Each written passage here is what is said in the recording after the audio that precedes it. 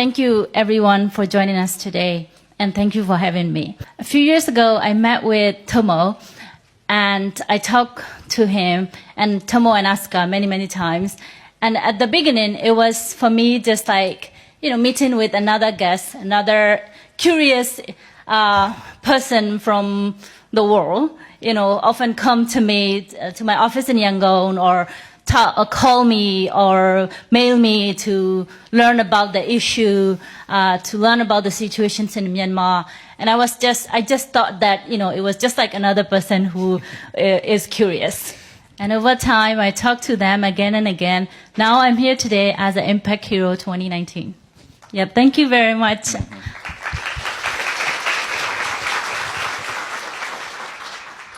Thank you very much, the art company, Tomo, Asuka, and all of you. It's my honor to be part of the journey of all of your amazing work as art company and all of this incredible Impact Hero. As the Tomo and Asuka asked us to talk about our life story, I'm going to start with my life story soon. So, my father was a school teacher. He studied economy and education in Yangon University. He could be a businessman or pursue a beautiful life in the capital city, Yangon, in Myanmar. But he loved his motherland, which is Rakhine state, and he really wants to be close to his mother who lives in Rakhine. And he went back home in his 20s, and he became a school teacher there. It was basically because first he wants to be closer to his mother, and he wants to lift his society and the state, which is very poor and discriminated by the state. Especially my community, my father's community, the Rohingya, have been subjected to many forms of discriminations since 1960s, 70s, 80s. Yeah, so he started his career there by being a teacher, and later he became a politician. After a few decades of military government, we had a first elections in 1990s. So he ran in the elections and he became elected parliamentarian, but the government didn't transfer the power to the winning party, so we never had a government. After that, I was 5 years old. About 30 strangers came to my house. They all are uniformed and gunned. And they took my father away. Before he was leaving, he holds my hand. He said, "I will come back, don't worry." And I still remember that he was waving his hand from the back of the truck that he was brought to the prison. Luckily, he came back after 1 month. Like many other Rohingyas, he has to take a decision to leave his motherland, which he never wanted to leave. So he moved back to Yangon, and later he brought us, the whole family, to Yangon. And it was just my father's history, but it's the same for hundreds of thousands of Rohingyas today all over the world, including those who are in Japan. And many of them joined today. I'm very thankful, and thanks for joining me again. But we were luckier when, I grew up in Yangon, and I have ordinary child life. I went to the school with just like other Burmese. I was just like a regular Burmese girl, and although my mother language was the Rohingya, my first language became Burmese. So I speak fluent Burmese. I act like Burmese, and I thought I was a Burmese, although I knew I was a Rohingya. But it doesn't last long. After about 10 years, I was a college student. 18 years old, law student, with the hope that one day I become a judge and I will fight for justice, and I will bring justice for those who suffer. But all of my dreams has broken because of them. They came back and they took my father away, and 2 months later, they took the rest of the family members, including me, and they sent us to the prison. When they arrest my father's, like 2 months earlier than us, we thought it was because of his political involvement, being political allies to current, in those days, democracy leader Aung San Suu Kyi. We thought that they will only harm him because he is a political activist. But in reality, it was not just simple. They took the rest of the family because we are Rohingya. And only that time I realized my identity is very important. So we were arrested as family while other politicians were arrested for their own only individuals. And it's changed my entire thought and my entire thinking. The whole time I thought who I am was. My father was sentenced to 47 years, and the rest of the family members, we were sentenced to 17 years. We didn't have a fair trial, we didn't have legal counsel, lawyer, or we didn't have open trial. We were trialed in a closed trial within the prison within 2 months without having lawyers. Our appeal was rejected. What happened to me was injustice. And I realized this, I questioned many things. Why it's happened to me? Am I really a bad person? Am I a criminal? Because when we were young, we were told that only bad people go to the prison. And this prison, the notorious, one of the most notorious prison in Asia or even in the world, which was the colonial building. It was horrible conditions. It's undescribable. You cannot imagine what it look like. If I talk all about this, I can talk about it for months. But the worst part of the being in prison was losing my hope and my dream. But at the same time, I met many young women in the prison. And many of them were in prison for little crimes or unjustly. And many of them doesn't even have a home or dream. Yeah, at the beginning, I thought I was the most miserable. But when I realized their struggle and the system as a whole, I felt I was lucky one. I'm lucky enough to know what I want to be and who I want to be and who I am. But many doesn't. So since then, I decided to bring hope for the others, to help people to have a dream or goals in life, like especially the youth, the young people. After 7 years of being in the prison, we were released in 2012 with the presidential amnesty. Yes, it was with the presidential amnesty, we have a political change. The military has conducted second round of elections, and of course they said they are trying to change. Yes, we have some changes now. And when we were released, we were, the pardon was for the reason that all political prisoners will get involved, will be able to involve in countries' political transitions, and we can transform a democratic country. But the situations it has actually been very different for me. What I was expecting and what happened, what is happening now. Yeah, since 2012, my communities and other communities were targeted by the military, Burmese military. There was a facilitated conflict between Buddhists and Muslims between my community and the other community in Rakhine State. In 2012, about 250,000 people have to leave the country and become refugees, and about 150,000 become internally displaced persons. The military has imposed many other restrictions and persecutions against the populations. In 2017, they launched an operation called clearance operations against the Rohingya by saying that some Rohingyas attack the military posts.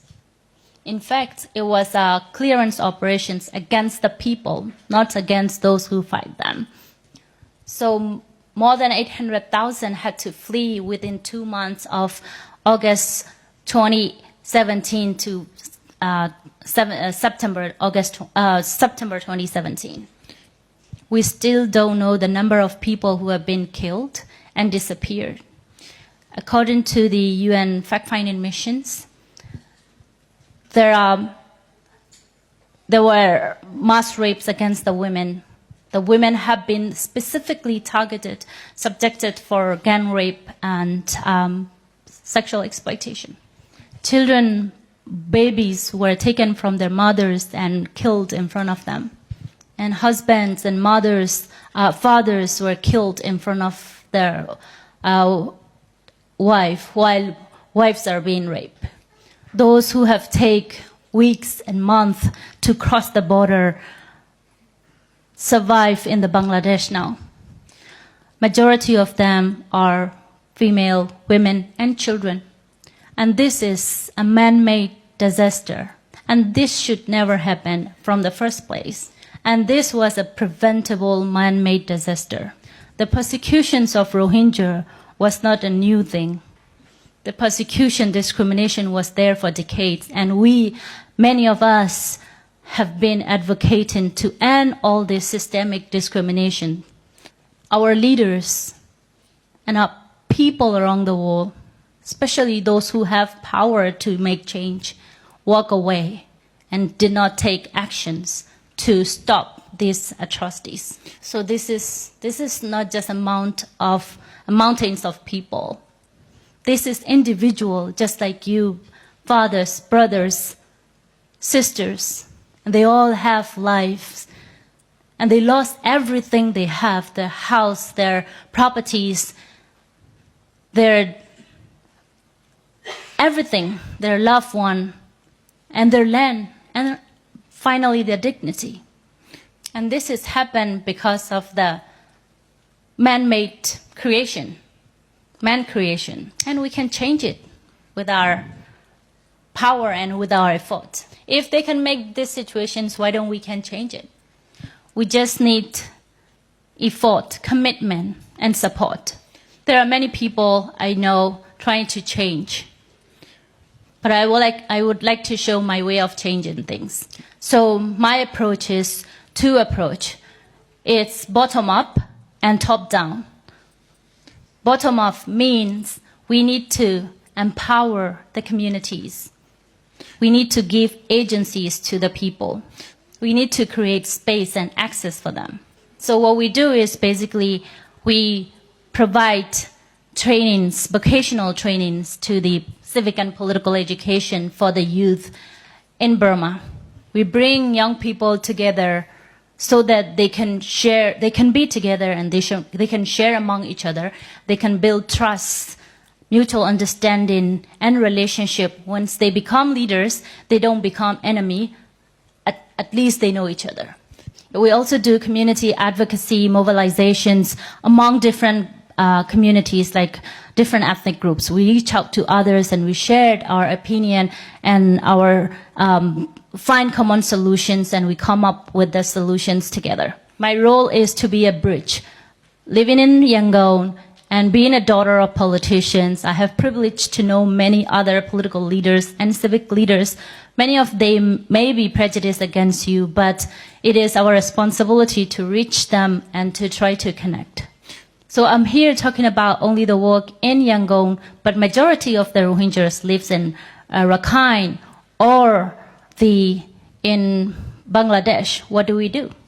One of the way that it is extremely difficult to access to those areas. So yet we need to find innovative way to support.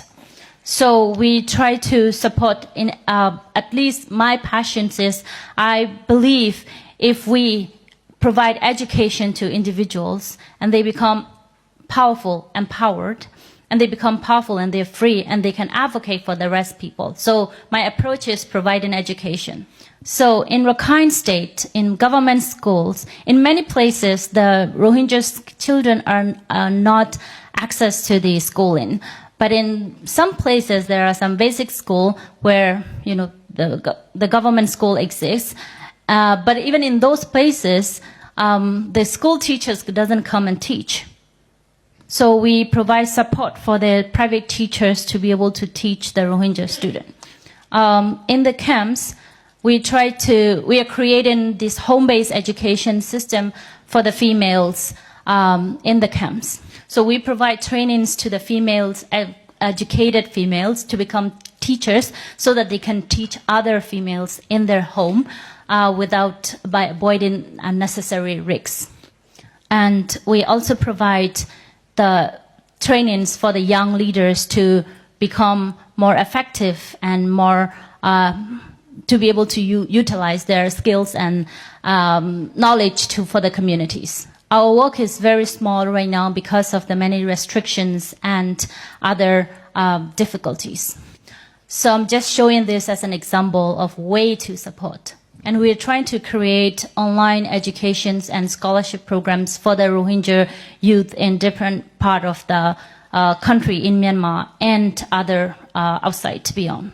This is what we mean by lifting the community, empowering the community, so that the solution can be last. When they are empowered, they can become their own leaders and their own change. There are many humanitarian NGOs, agencies and international organizations. Majority of them focus on the service providing. And this is essential, very important. However, the services will not remain for long. When the donations ends, the community will left with nothing. That's why we need to find a way to provide skill-based education for the communities, those who are marginalized and victims of genocide or ethnic cleansing. So we, as I said, the top-down solutions, what does that mean by that is it's not enough to do the bottom-up, the community solutions, community-based solutions, but also we need to change the current condition, current situations, current policies. We need to basically bring justice and accountability for them, those who lost everything. And we need to bring dignity and rights for them. So we do document human rights violations, and we produce the internal briefer for the human rights conditions to the stakeholders, and we do advocacy nationally and internationally, within the country with whoever we can, and outside of the country with UN, in the UN, and with the governments like this. Those are the immediate action that we need to take. My visions is basically, we talk about civilization, we talk about sustainable development, we talk about peace in the world, but we are leaving behind the most marginalized and the most persecuted. So my vision is to make sure the most marginalized are heard and have agencies and being included. The most important thing is bringing justice for the victims of genocide and making sure their rights are restored, their citizenship and their freedoms are restored, and they are able to go back to home, their home, Burma or Rakhine. And we can do this if all of us take actions, do awareness, take action, support. And support, what I mean by that is supporting the communities directly. And I appreciate whoever work with the community directly, and the art company working with the communities directly. And it's the most important thing and the most important way to address the situation. And we can change that status quo with all of your support. Thank you very much.